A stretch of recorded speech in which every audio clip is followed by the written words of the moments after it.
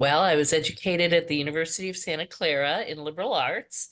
And after that, I wanted to be an actor, singer, dancer, harpist, which I was for a few years. And then I got kind of awoken to the world and what was going on. It was the Jerry Brown campaign that kind of sucked me in. And I realized like money is the root of everything that's going wrong in this world. And I loved his campaign that you you couldn't give more than $100 per person as a donation. So no one got special favors. And I thought that was incredible and worth supporting. So at the end of the campaign, I saw how badly the media had covered the campaign and how they like would make things up that weren't true. I saw how like the most random, uncredible people would get on the air talking about the Jerry Brown campaign instead of like the actual people working on the campaign. And so I got really involved with fairness and accuracy in He is reporting. funneling money to his wife's law firm for state business. That's number one. I don't care what you say about me. Because I was concerned. And I learned from that to like read bylines and see who was doing stories to the point where after the Oklahoma City bombing, I predicted which reporter would cover it and what the angle would be. And I was right. The only thing I didn't predict is that she'd have two co-writers with her. But Robin Wright had been writing these kind of pro CIA articles. And sure enough, the headline was Now We Need the CIA More Than Ever. And the CIA had been under attack in the media at that time, and this was like the perfect diversion for them.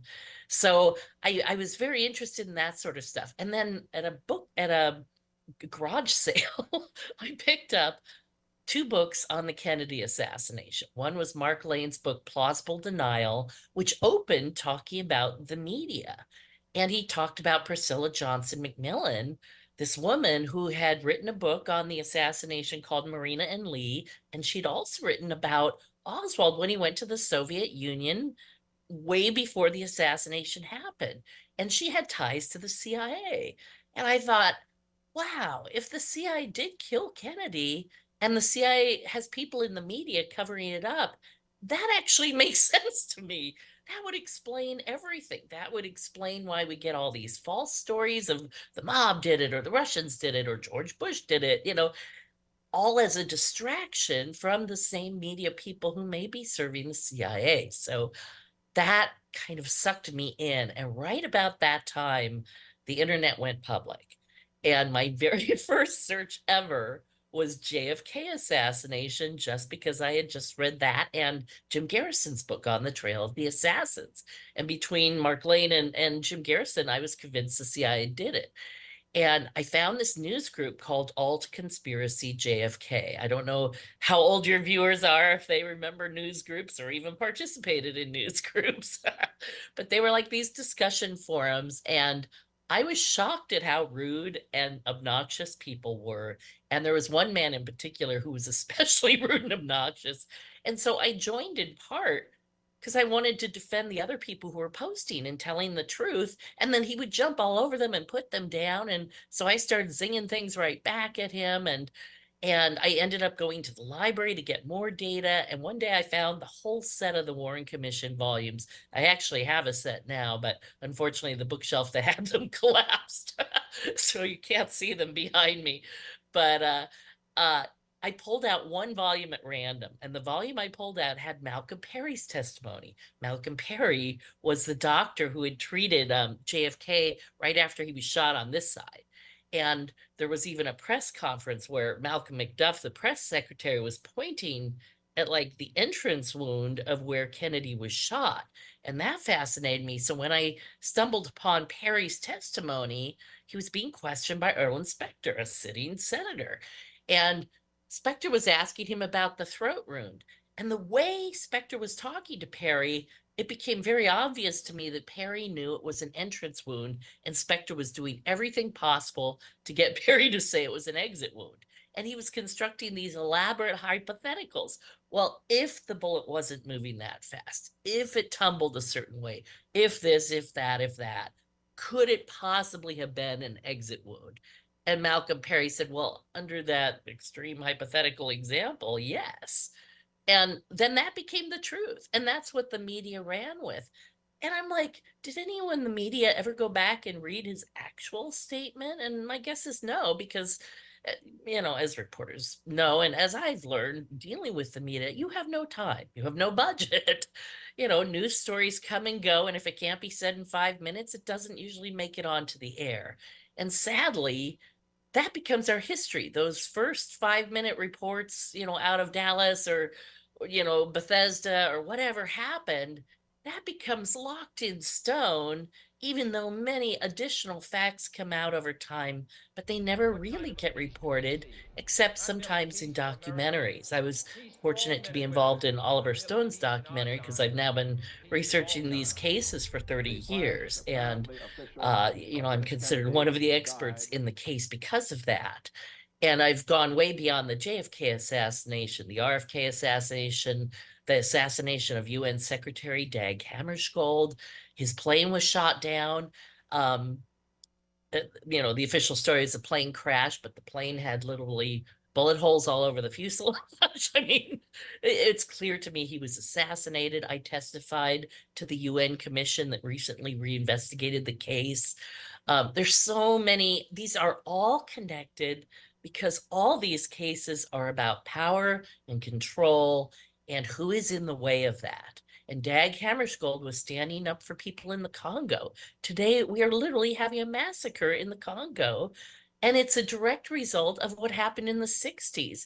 Sadly, those people happen to live on top of very valuable rare earth minerals. All right, more valuable than oil and gas these days because we need them in our cell phones and our cars and our planes and our computers, and we can't run our lives without them. And these poor people happen to be living on top of it. And so they are subject to the most heinous crimes as different factions are trying to literally steal those resources out from under them.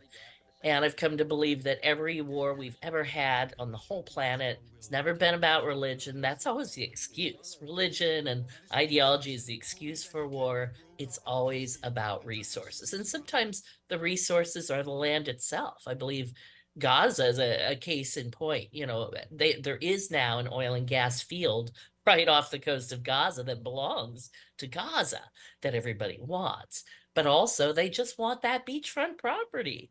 They want that land. And so anything goes when people are sitting on top of resources that somebody else wants. And so I got into, after the Jerry Brown came, I'm like, how can I make a difference in the world? How can I help the world be a better place? And that's where I actually got accepted into law school and was even encouraged to apply for a full scholarship. And I really had to think hard about that because I could do a lot of good for the world if I were a lawyer. I totally wanted to be a public interest lawyer, but it was going to be a long road, very expensive, and I wasn't sure I really wanted to do it. And at the same time, I was getting really interested in the assassinations. And I thought, there are a lot of lawyers. There aren't a lot of researchers. There aren't a lot of people taking this seriously and giving it the actual historical research it needs, as opposed to just some wild conspiracy theorizing, which anybody can do for cheap. But actually sitting and sifting through thousands of documents, that's hard work. And most people aren't willing to do that with their free time. And I found on my lunch hour, I worked downtown, I would go to the library. I would literally search the library's website for books I wanted to look up things in when I got to the library on my lunch hour. And then I would work my whole lunch hour and then I would go back. And this was my life for many years. And so at that point, I asked every lawyer I knew, do you like your job? And they all said, you're going to love school and hate the practice. And I thought, okay, I really love the research and I'm not going to make any money at it. I'd probably make a lot of money if I were a lawyer, but it was just, I don't know, it felt like my calling. I really had to pursue the truth wherever it led.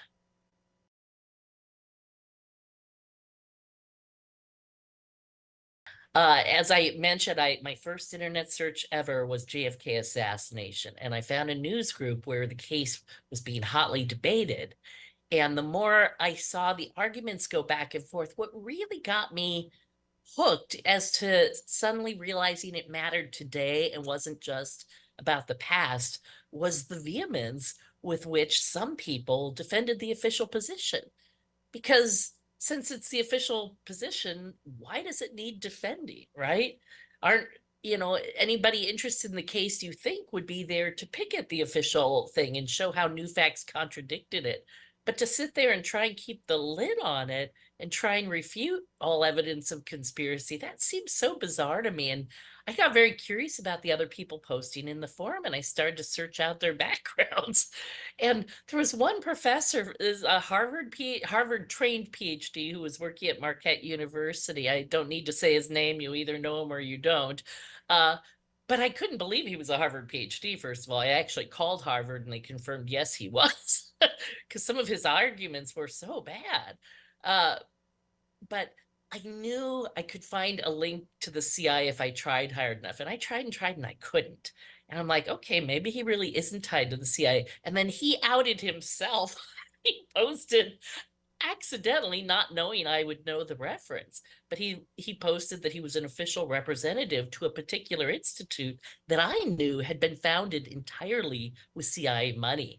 And I said, I have you now. and, and it's funny, it was the first time he went silent for 2 weeks and didn't post at all. And I always figured he probably ran to Langley for instructions, and I'm sure they told him, ignore it. No one will remember. People will forget. No one will believe it anyway. And which is basically what happened. He came up, picked up the thread as if nothing had happened. But that was really interesting to me. If the CI was trying that hard to cover it up in the present, wasn't that evidence of their guilt? And even the mainstream media this last year, I'm sure you've noticed, when Biden said, I'm not going to release the rest of the files on the Kennedy assassination, even the talking heads, on the media were a bit incredulous. And Morning Joe did a fantastic segment on it, basically saying, isn't this pretty much an admission of guilt at this point? If they still have something so sensitive, it needs to be covered up 60 years after the fact. Maybe they did it. Maybe the CIA really did kill our president. In fact, in 1992, a film came out, JFK. I didn't go to see it because I wasn't that interested in John Kennedy. I didn't know it was about his assassination. And of course, that was an election year, and I was super focused on Jerry Brown's campaign because I was working on that campaign that year. Uh, so I kind of missed the boat on that when it first came out. My interest, like I said, grew organically out of the books I had read and my work with FAIR. And it was really about the media's corruption, if you will, in not telling us important truths about our past or even our present. Because if they can't get the John Kennedy assassination right, what else have they lied to us about? I saw what happened with the weapons of mass destruction that took us to a war in Iraq that we should never have gone to. And we blew up a million innocent people over weapons that didn't exist. And these things, wound me to my soul.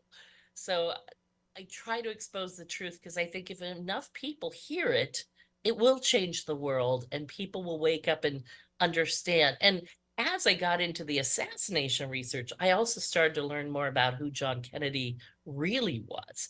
Because I assumed he was a womanizer and the mob stole the election. I believed all that stuff because I had no reason not to until I started looking into the case. And then I found out almost everything said about him was completely untrue. Most of the womanizing never happened, provably never happened. I mean, characters were literally invented and stories were made up. And one of the people accusing John Kennedy literally said in an interview, oh, the government wants me to talk again. This was Judith Exner in an interview. It's like the government is prodding her to put out stories about sleeping with John Kennedy. And yeah, one day, Priscilla Johnson McMillan, that woman I first encountered in Mark Lane's book, Plausible Denial, one day I walked into the store and there was a tabloid newspaper where in the top right corner, it was Priscilla Johnson claiming she had slept with John F. Kennedy. And I'm laughing because he was a pretty handsome guy and she was not that attractive a woman. And I just saw no reason why he would sleep with her.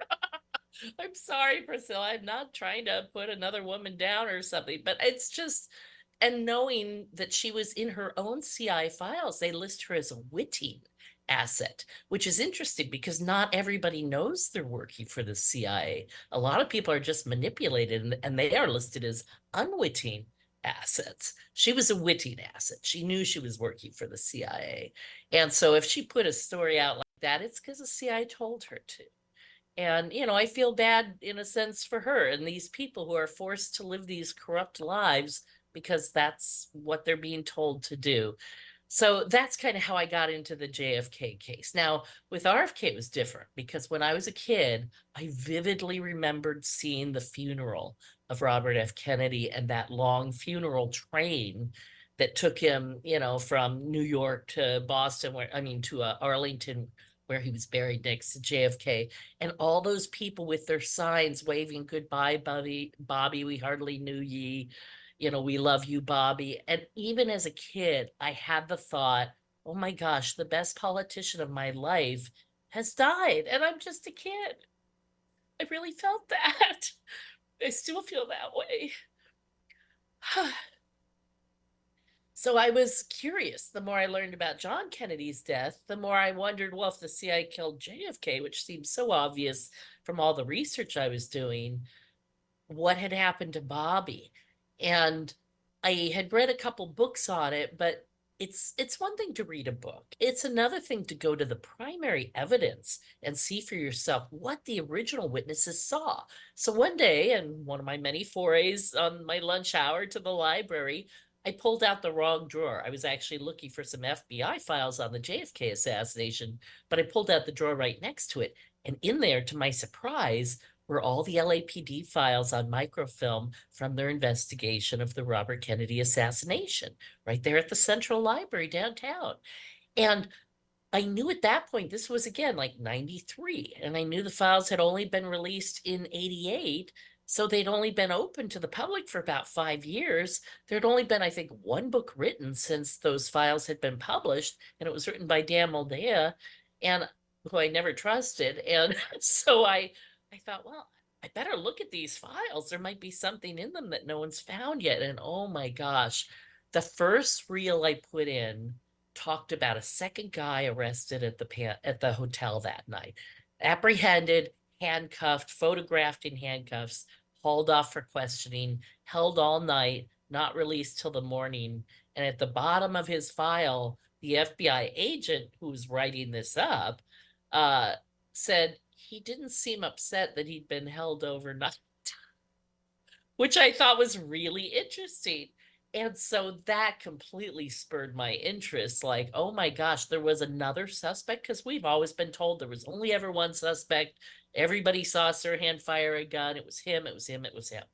And clearly there was at least one other suspect. So I started diving into the case. And the more I found, there were a lot of other suspects. People saw a shooter on the table. Sirhan was not firing from atop the table at any point. He was pushed onto the table and, firing at that point, but he was not standing shooting down. And four witnesses, and one of them is George Green, and the clip is online. And I forget if it's NBC or ABC or KCAL, but it's online. And George Green's like, the shooter was on the table. And that shooter has never been apprehended, ever. And there were other people arrested that night. Terry Lee Frazier, a young blonde guy who was found kind of skulking around in the bushes outside the Ambassador Hotel after the assassination. And the police asked him what he was doing, and he's like, well, I'm trying to find the friends I came with, but they seem to have left. And his story just kind of didn't make any sense. Now, I don't know if he was involved or not, but nothing about his story makes sense. But still, he was somebody that would have made a conspiracy. So the police just kind of ignored him and let him go. It was very clear from the first few hours when the police went into the pantry right after the shooting. There were bullets that had been removed by the sheriffs who beat the LAPD to the pantry.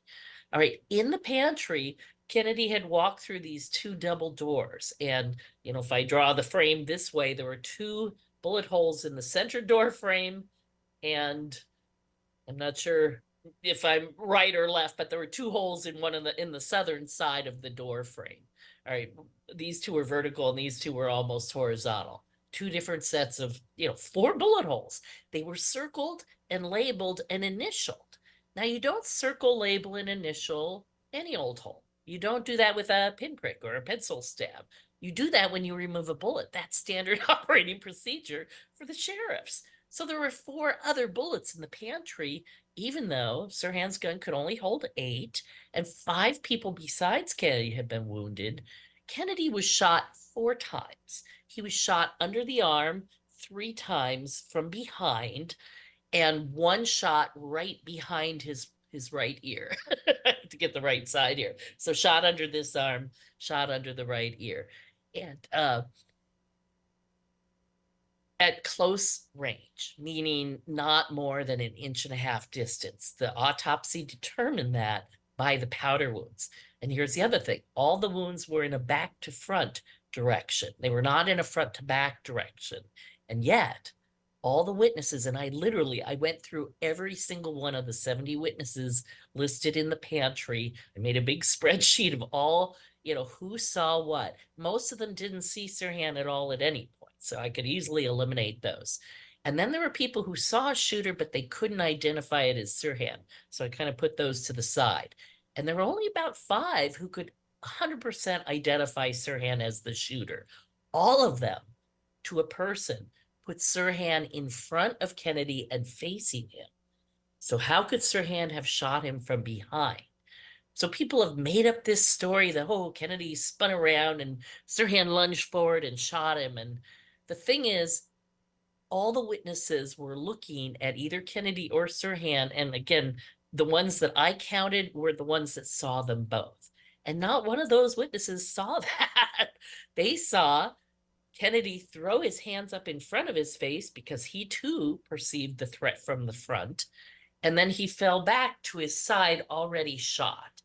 And again, if Sirhan was firing real bullets, his first shot would have landed right in Kennedy's chest. He had a wide open first shot because no one was expecting him to fire. People thought he was reaching out to shake Kennedy's hand, those who saw him.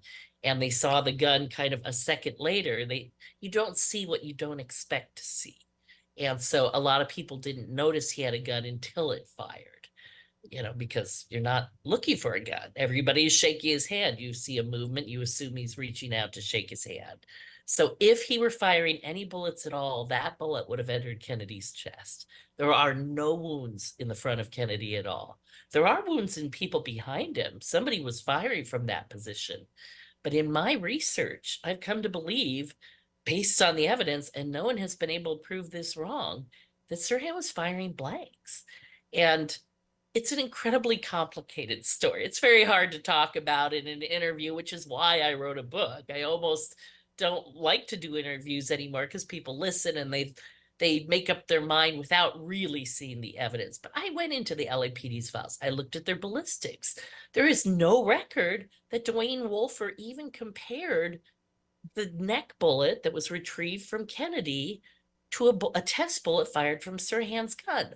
Now, the reason he would have no reason to put it under a microscope and do a comparison is he could tell by looking that they didn't match, that one had 2 cannelars and one had 1 canneler. I mean, there are all kinds of physical characteristics where there's no match. What we do know, though, from the files is that the night after he got the autopsy bullet back, Dwayne Wolfer, the LAPD's criminalist, went into the lab 5 hours that night and took a photomicrograph of 2 bullets that did not come from Kennedy or Sirhan's gun.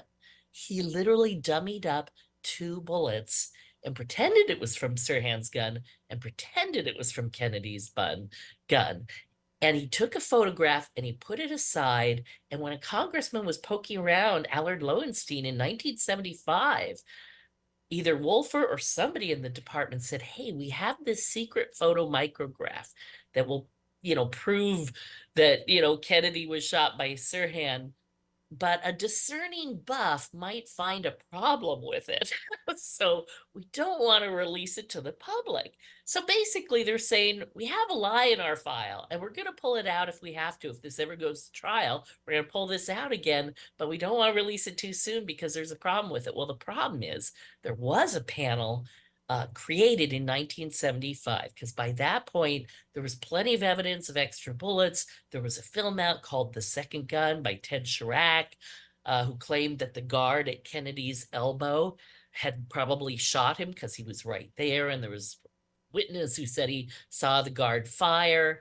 And I found in my research, by the way, that guard had provable ties to the CIA. And in fact, a lawyer in San Francisco, after my book came out, I did more research, and I had forgotten to include this in my book, but that lawyer had FOIA'd um, the CIA for the guard's name, he's dead now, is Thane Eugene Caesar. And that lawyer had FOIA'd Caesar's records from the CIA, and they were denied on operational grounds. All right. So that's pretty much all the confirmation you need. Now, the CIA, realizing its mistake, the next time he FOIA'd, said, "We found no records responsive to FOIA." So they kind of tried to backpedal a little bit. I found there are public records databases. I'm sure the media uses those to find people's addresses or where they work. These are commonly accessible. There's no law protecting your information. When you go to vote or you donate to a campaign, they ask who your employer is. That goes into a public records database. So I paid a few of these to see what Thane Caesar's records would say. And all three of them came back saying he was a CIA contract agent. And not only that, there was literally no other profession listed. And his addresses included Langley and the Mormon Church, which has long had ties to the CIA. And General Motors, at the time when General Motors CEO was a woman who worked for the CIA, who had worked for the CIA. So I thought this was all fairly fascinating. There's a guy, a guard at Kennedy's, right where the bullets are coming from, standing right next to him when he's shot at point blank range, who worked for the CIA. And he had ties to another character who I thought was highly suspicious in all of this, Robert Mayhew, who the CIA had hired to bring the mob into its Castro assassination plots. Mayhew was a mob guy, and Thane Caesar seemed to have some mob ties. So this all kind of was fitting together like a glove. I met a guy who worked in the same office with Robert Mayhew. His name was John Meyer. He's a Canadian citizen at that point, but he had been an American for years and had even run for Senate at one point. Very interesting guy who had worked for Howard Hughes. Unlike Mayhew, Meyer actually got in the room with Hughes. Hughes never wanted to see Mayhew in person. They kept their distance. They communicated by yellow notepad letters.